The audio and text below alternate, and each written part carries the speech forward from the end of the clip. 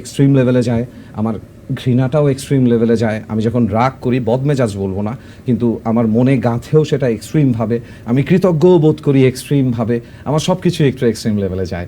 So আমি অবশ্যই যাকে ভালোবাসি তাকে আমি এক্সট্রিম লেভেলেই ভালোবাসি। বাজে স্বভাব গানটি সম্ভবত আমি যদি ভুল না করে থাকি একটি নাটকে ব্যবহার করা হয়েছে, তৌসিফ মাহবুবের একটি নাটকে, আপনার পারমিশন ছাড়া এবং কোনো কৃতজ্ঞতাও প্রকাশ করা হয়নি। Is it true? Yeah, it is very much true. নাটকটা তো এখনো থাকার কথা। আসলে গানটা ব্যবহার করা হয়েছে আমি ঠিক বলবো না। ওখানে তৌসিফ মাহবুব ভাই খুব সম্ভবত গিটার হাতে নিয়ে বাজিয়ে গানটা গাইবার চেষ্টা করছিলেন আর কি, as a song he created for his girlfriend in that story as a character. তো গানটাকে যে অ্যাকচুয়ালি অডিওটা ইউজ করা হয়েছে এটা বললে আমার ভুল করা হবে।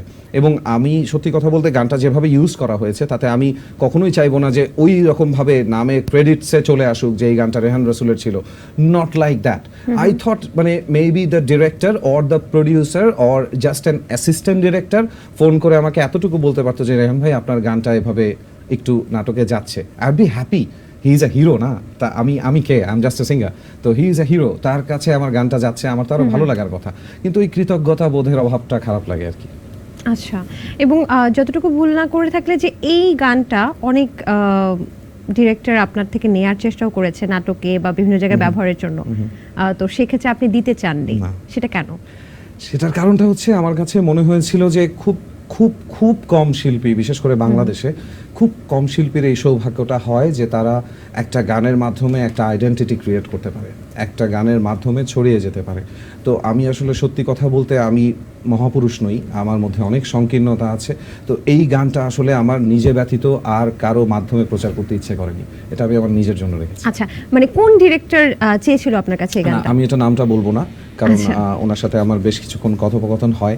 তারপরে আমি ওনাকে এক সময় এবং আপনিও সেখানেও জেদাজেদি করেন। হ্যাঁ, ওটা আমার it was my first call from some director. এর আগে আমাকে কোনো ডিরেক্টর কল দেননি। তো উনি যখন, এবং আমি তো এটাও শুনেছি আপনি যদি সেখানে রাজি হয়ে যেতেন ভবিষ্যতে আপনাকে আমরা নায়ক হিসেবে দেখতে পেতাম বা অভিনয় শিল্পী হিসেবে দেখতে পেতাম। এত বড় একটা সুযোগ কেন আপনি হাতছাড়া করলেন? সুযোগ বড় কিনা ওটা তো যার যার ব্যক্তিগত ব্যাপার। মানে আমার কাছে ওই সুযোগটা বড় না। আমার কাছে কোন সুযোগটা বড় হতো যদি আমি বিশাল বড় একটা প্ল্যাটফর্মে আমাকে গান গাওয়ার সুযোগটা দেওয়া হতো।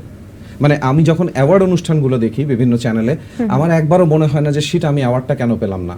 আমার বারবার মনে হয় এখানে আমাকে পারফর্ম করতে ডাকলো না কেন। আচ্ছা, ওই স্টেজটাতে সবার সামনে আমাকে গাইতে কেন ডাকলো না। তো আমার জন্য বড় হতো ওটা। যদি উনি আমাকে বলতেন যে রেহান তুমি এর পরের বার কোক স্টুডিওতে ফিচার করছো, তাহলে আমি ওনাকে আরো 10টা বাজে সব দিয়ে দিতাম। কিন্তু আমার জন্য অ্যাক্টিং এর জায়গাটা তো বড় না, করতে ইচ্ছে করে। আবার বললে অনেকে ভাবতে পারে যে না এগুলো কোনো ব্যাপার না, ওই পার্ট আমি নিচ্ছি না। ওই লেভেলের পপুলার হতে পারলে তাহসান ভাইদের মতন যদি একই সাথে অ্যাক্টিং, সিঙ্গিং সব দিকে এগিয়ে যাওয়া যেত,